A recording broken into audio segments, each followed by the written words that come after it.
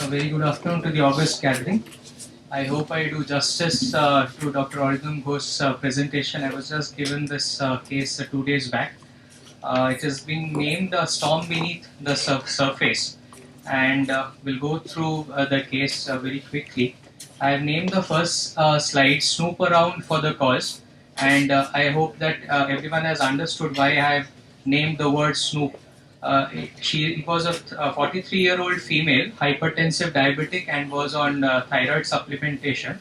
Her presenting complaints were she had a dull, aching, persistent headache for the past 3 months with worsening frequency of around 5 to 6 per month. She had one or two nagging headaches previously also, but such kind of headaches were never in her life previously. She also complained of 3 transient episodes of weakness in her left hand and her lower limbs, but it was never her chief complaint. No other focal neurological deficits were complained by her, including speech, visual blurring, seizure-like episodes, altered behavior. And the brief examination that was done, the predominant finding that was found that there was a left upper limb pronator drift that was found. So I'll ask the audience to just do a quick QR code scanning if they can do, or they can go for the audience poll. I just did this. What is your provisional diagnosis before going for investigation? Should I go for the history again, or is it fine? What is your provisional diagnosis before going for investigating? Idiopathic intracranial hypertension, hemiplegic migraine, RCVS, vasculitis associated headache, or ICAD TIA? Will the audience volunteer? Any of the juniors or anyone want to volunteer?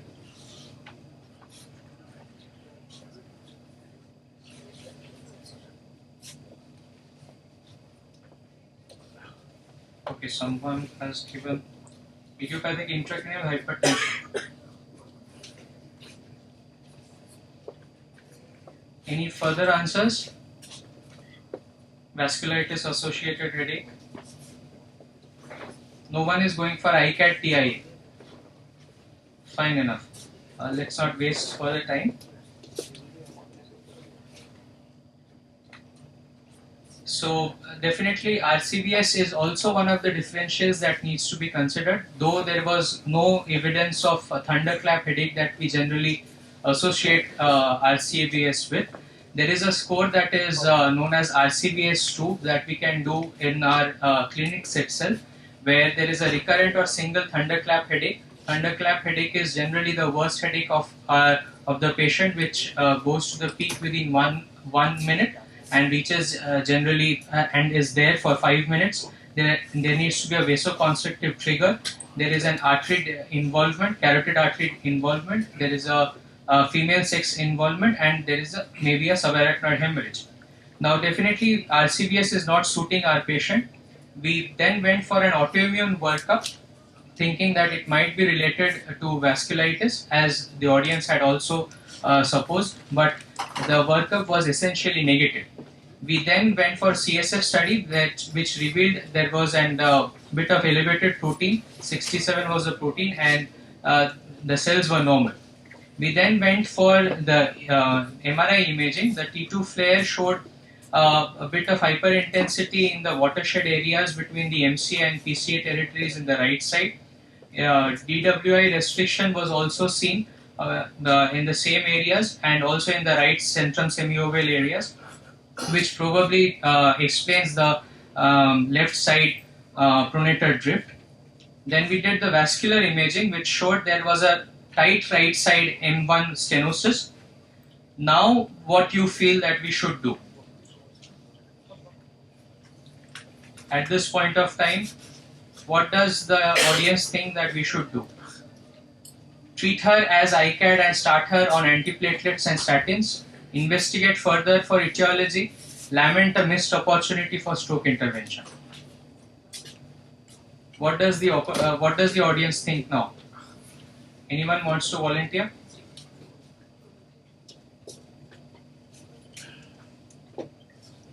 whether it was an ICAD, it was an intracranial atherosclerotic disease that we start her on antiplatelets. Okay, we have got an answer. Everyone wants to investigate further for etiology, and that is what we had done.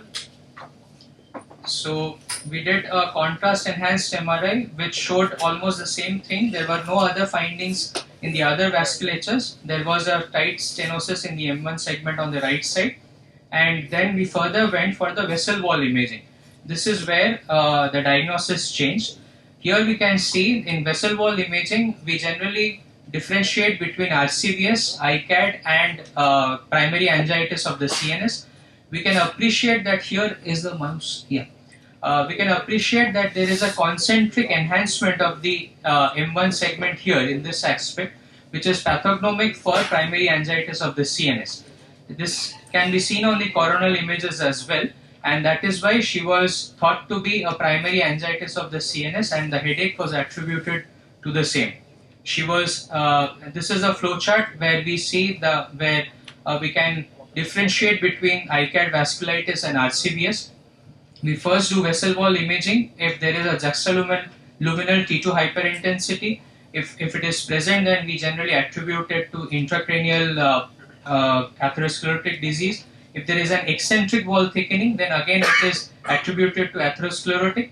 If there is post-contrast enhancement and if the enhancement is concentric, then it is generally vasculitis. If there is no enhancement, then it is attributed to RCVS. It's a pretty simple looking flowchart, but it is very difficult to interpret, and vessel wall imaging is not that easy as it looks in this flowchart. It takes a lot of expertise, and it takes a lot of time also. The DSA was also done for the same patient, the images of which is not available with me. However, narrowing in both MCA segments were visible in the DSA, more on the right segment, and true to the hemodynamic stenosis on the right side, right PC and MCA pile collaterals were present, and then impression of vasculitis was made, and she was started on pulse methylprednisolone for 5 days, and staying true to the regimen of primary angiitis of the CNS, we also gave her cyclophosphamide. She responded to the treatment and was discharged on oral steroids and mycophenolate mofetil. And as an adjunctive treatment, aspirin was also given. So just as a parting thought, when should primary angiitis of the CNS system, primary central nervous system be thought? Because the manifestations are protean, and most of the patients, they come in the form of headache, and the manifestations are of diseases which also come with common syndromes. So this is a flowchart which was given in 2020. They have given major symptoms and minor symptoms along with radiological features as well. In major symptoms, there were new onset or modified headache, cryptogenic ischemic stroke, subacute cognitive impairment, along with focal neurological deficit. In minor symptoms, there were seizures, alteration of consciousness, and psychiatric disorders. In radiological features, multiple parenchymal lesions, parenchymal or meningeal contrast enhancement, single multiple vessel stenosis or occlusion, vessel wall contrast enhancement, and in minor we had subarachnoid hemorrhage, parenchymal hemorrhage, or single parenchymal lesion. Permutation of these major and minor lesions, we come to the diagnosis of CNS vasculitis. Coming a few words about high resolution vessel wall imaging. It is also known as black blood MRI because we render blood as black signal because we suppress the signal of blood during this MRI. We generally require 3 Tesla and above, and involves flow and fat suppression, appreciates wall thickening, a pattern of enhancement and distribution. However, enhancement in vessel wall imaging is not always specific. It may also be enhanced in infections, neoplasms, and also in post-irradiation. And grading is visually with respect to the pituitary stalk. It is said to be grade 0 when there is no enhancement, grade 1 when enhancement is less than the pituitary stalk, grade 2 is when enhancement is equal to the pituitary stalk, and grade 3 is when it is greater than the pituitary stalk. Grade 2 and 3 is generally seen in cases of primary angiitis. Grade 0 and 1 is generally seen in cases of RCVS. Thank you. Thank you, Dr. Navendu. And I think you have presented the case well as created interest in the minds of audience. Now I would like to invite the chairperson of the panelists to discuss and share their opinion regarding the case and CNS. Thanks, Dr. Navendu. Wonderful presentations. I must say one thing. What should be the clinical situations when you would think that yes, for this group of clinical situations, we go for further vessel imaging or a TSA? Because we get many patients with some chronic headache, and then they can have one or two episodes of PILI. So, what would be your threshold that you should think that these patients need further investigations? Yes, sir, that is why the flowchart that we just mentioned. Definitely, that this maintaining this threshold is a difficult question because headache is a very a subjective thing also at times. And the age group that we mentioned, a 43-year-old female, the kind of headache, the words that she is using, it may be very subjective. So definitely, putting a threshold is a difficult thing, especially if she is coming to the outdoor. Uh, Putting a threshold is difficult.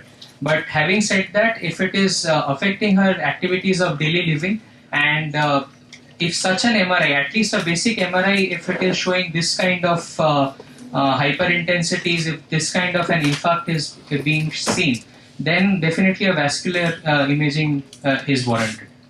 Which imaging would you choose first, a DSS directly or a vessel? No, sir. No, sir. Definitely a non-invasive one, as was done in this case.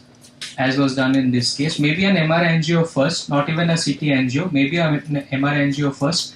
If we think that it may be leading to vasculitis, then we can go for CT angio and then go for further imaging. Sir, anything? So I think the first thing let me correct you. Yes, sir. Sure, sir. Headache is always subjective. There is no objectivity in headache.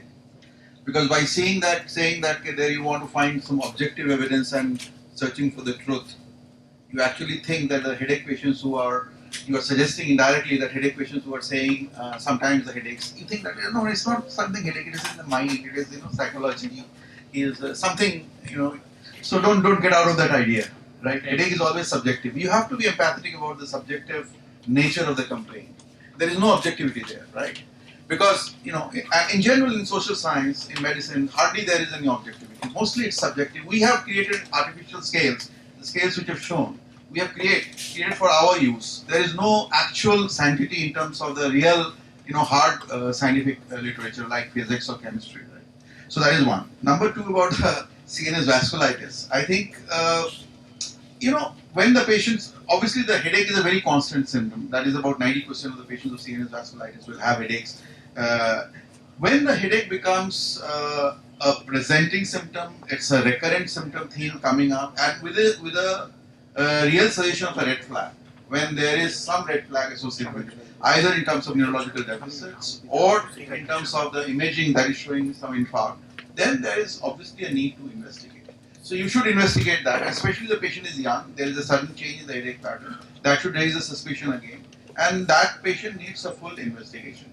And therefore, I think depending on your resources, you would go for MRI. Actually, I think that most of the time now MRI is the standard of care because it is you miss out so many things except for the acute stroke, I think, and the acute head trauma. The CT would not be a good idea to investigate this patient. So you'll go for MR. The question is that how much you will go for the vascular imaging and how much you are going for a vessel wall imaging, because that will cost money. So that will your clinical acumen will be tested. How much you are suspecting and what is the yield that is you are likely to get, and depending on that you can kind of investigate these patients. And of course you should always investigate the secondary causes, because primary CNS anxiety is still a reasonably rare disorder, and there are a lot of secondary vasculitic disorders which can mimic CNS anxieties, primary CNS anxieties. So that is.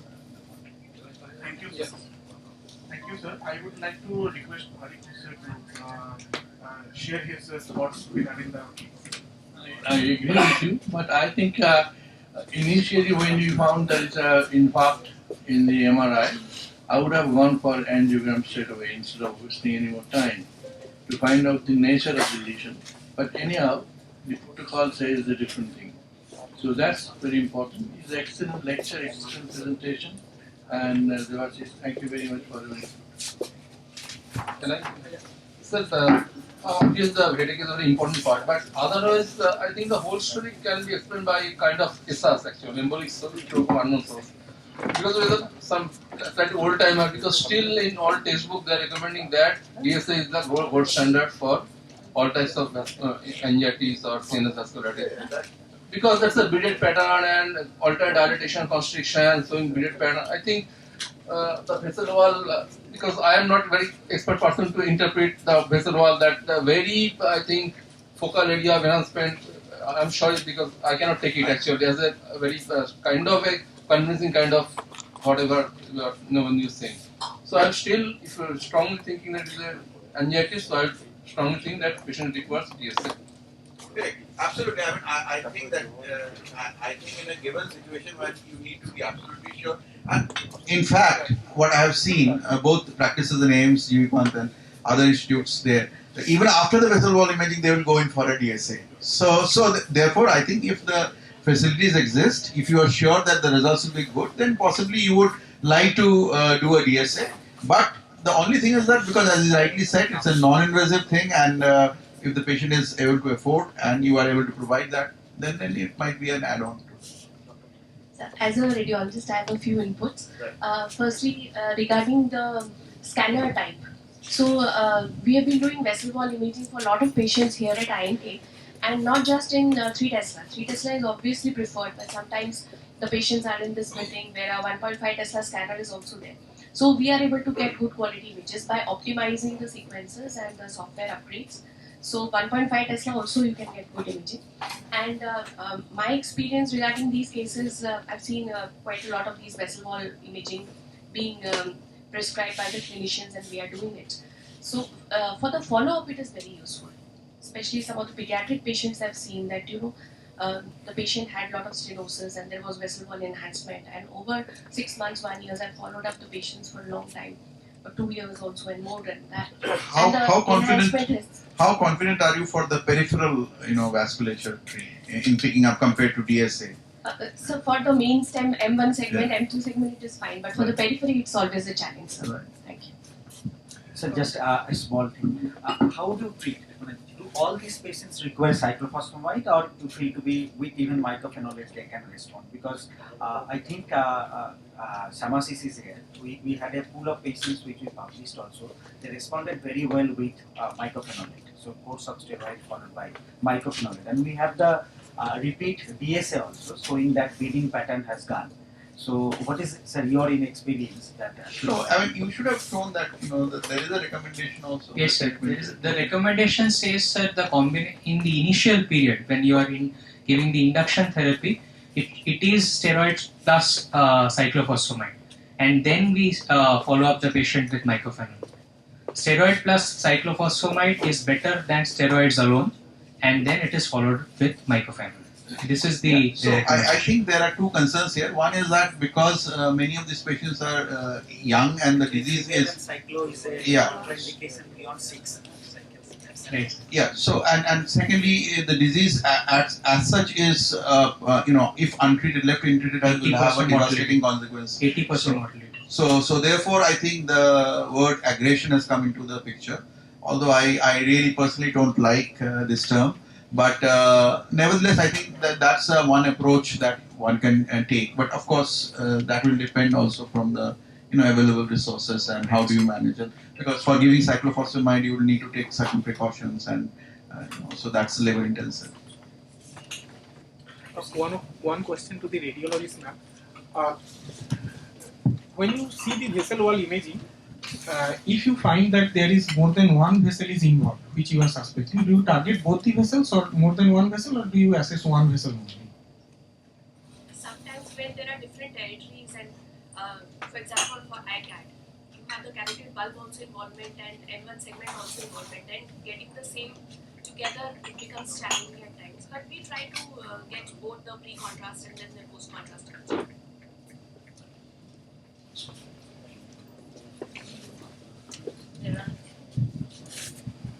there aren't any questions, I have one question. Sir, is the vessel wall imaging replaces completely to the biopsy of the meningeal arteries? Because I can confidently say that this is purely CNS angiitis, primary CNS angiitis. Or the question is in a different way, whether it is infection-associated vasculitis. Can you differentiate from the vessel wall imaging? Sometimes we are just seeing the enhancement pattern, and the bleeding also is non-specific, so we have to rule out the secondary causes. Like recently we had a patient of varicella arteriopathy, so the same bleeding was there was some stenosis, some enhancement, but it is non-specific actually. So it becomes difficult taking along the clinical context. We are also contemplating Yes. Immunosuppression, Yes, and in this country, the infection is so common. yes, Of course, the CSF shows only protein, rise in the protein, Right. but not the cell. But sometimes we get misled by the CSF report also. yes, yes. I think I. We can differentiate varicella zoster vasculopathy from this primary CNS angiitis or vessel wall. The varicella, it is affecting the multiple territories and generally bleeding is there. Some other like meningeal enhancement, all those features might also be there. There might be some periventricular lesions, other things also. Hydrocephalus. Also the clinical background. Clinical background, yes. I think that what we are actually missing nowadays is that we don't bother much about the clinical background and just going for the surrogate markers like imaging or other tests, right? So please don't do that. Have some, give some importance to the clinical, the onset, the tempo, and the circumstances in which the disease has evolved. That is also very important. I think I'll add to, as Sir said, ruling out infections in tropical countries is very much important because this can be a presentation of tuberculous meningitis or a tubercular disease of the central nervous system. And each infection can involve any of the arteries, tuberculosis, and for that matter, we are finding a lot of neurosyphilis these days due to some reason without any specific history of exposure or any kind of primary or secondary syphilitic phenomena. We have had at least 4 or 5 cases of neurosyphilis in this hospital itself. Apart from the other infections like Mona said, varicella causing arteriopathy and leading to strokes. And we have had streptococcal pneumonia presenting as a massive MCA infarct. And we went back to the history and then we once again did the CSF and we got streptopneumonia in the CSF. So there, as Sir said, the immunosuppressant would be a big question. So in this patient, especially in a young female, to my mind, we should also rule out other, in fact, although the CSF does not have pleocytosis, maybe if there was, then we should rule out infections as well.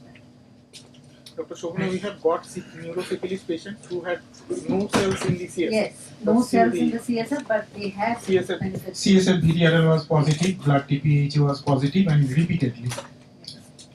If you have no more questions, we'll come to an end. Excellent presentation. Thank you. And pictures were great. Thank you.